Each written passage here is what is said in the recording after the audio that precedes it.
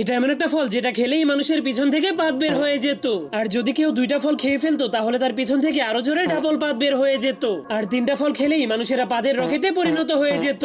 এটা দেখার পরেই ভালুক সিদ্ধান্ত নেয় সে একসঙ্গেই 50টা ফল খেয়ে ফেলবে। যা দেখার পর মোগলি এবং বানর অনেক ভয় পেয়ে তাকে এমনটা করতে মানা করে, কিন্তু সে কারো কথা না শুনে সবগুলো ফলকে খেয়ে ফেলার কারণে তার পেটটা অনেক জোরে জোরে গড়গড় করতে শুরু করে দেয়, যার কারণে সে হঠাৎ করে এতটাই ভয়ঙ্কর ভাবে পাদ মারে যে তার পাদের কারণে তাদের নিচের পাহাড়টা ভেঙে তারা তিনজনই অনেক গভীর একটা গর্তের মধ্যে পড়ে যায়।